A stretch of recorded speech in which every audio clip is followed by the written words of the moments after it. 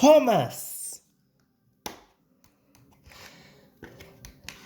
Thomas the Tank Engine had 6 small wheels, a short stumpy funnel, a short stumpy boiler and a short stumpy dome.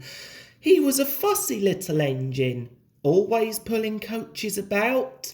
He pulled them to the station ready for the big engines to take out on journeys. And when trains came in, he pulled the empty coaches away so that the big engines could have a rest. But what Thomas really wanted was his very own branch line. That way he would be a really useful engine. Thomas was a cheeky little engine. He thought no engine worked as hard as he did, and he liked playing tricks on the others. One day, Gordon had just returned from pulling the big express. He was very tired and had just gone to sleep when Thomas came up behind him. "Wake up, lazy bones," whistled Thomas. "Do some hard work for a change," and he ran off laughing. Gordon got a terrible shock. He decided he had to pay Thomas back. The next morning, Thomas wouldn't wake up. His driver and fireman couldn't make him start. It was nearly time for Gordon's express to leave. Gordon was waiting, but Thomas hadn't got his coaches ready. At last, Thomas started. "Oh dear, oh dear," he yawned. "Poop, poop, poop, hurry up you," said Gordon crossly. "Peep, peep, peep. Hurry up yourself," replied Thomas cheekily.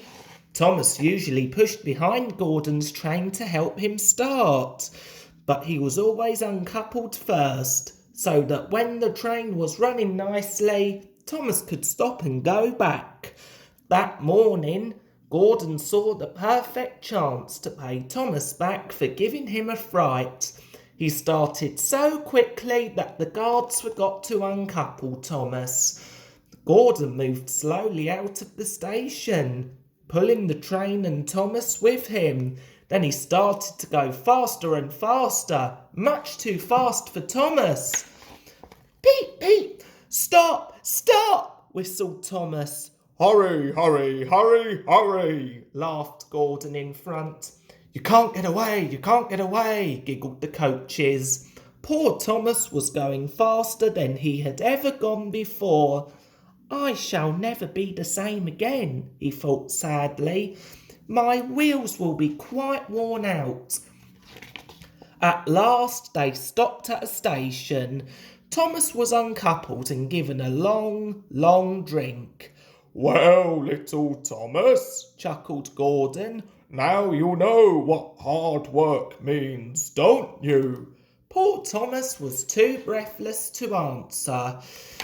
The next day, Thomas was working in the yard. On a siding by themselves were some strange-looking trucks.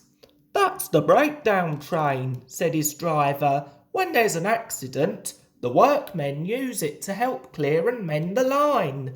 Just then, James came whistling through the yard crying, "Help! Help!" His brake blocks were on fire and his trucks were pushing him faster and faster. James disappeared into the distance. Soon after, a bell rang in the signal box and a man came running. "James is off the line. We need the breakdown train. Quickly!" he shouted. Thomas was coupled onto the breakdown train and off he went as fast as he could. "Bother those trucks and their tricks," he said. "I hope James isn't hurt." They found James and the trucks at a bend in the line. James was in a field, with a cow staring at him. The brake van and the last few trucks were still on the rails, but the front ones were piled in a heap behind James. James's driver and fireman were checking to see if he was hurt. "Don't worry, James," his driver said. "It wasn't your fault. It was those troublesome trucks." Thomas pushed the breakdown train alongside James. Then he pulled the trucks that were still on the line out of the way. "Oh dear," they groaned. Serves you right, puffed Thomas crossly. As soon as the other trucks were back on the line, Thomas pulled them away too. He was hard at work all afternoon. Using 2 cranes, the men put James carefully back on the rails.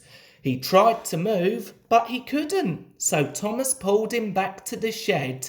The Fat Controller was waiting for them there. "Well, Thomas," he said kindly, "I've heard all about it, and I think you're a really useful engine. I'm so pleased with you that I'm going to give you your own branch line." "Oh, thank you, sir," said Thomas happily. Now Thomas is as content as can be. He has a branch line all to himself, and he puffs proudly backwards and forwards from morning till night with his coaches, Annie and Clarabel. Edward and Henry stop quite often at the junction to talk to him. Gordon is in a hurry and does not stop, but he never forgets to say "Boo, boo, boo" to Thomas, and Thomas always whistles in return.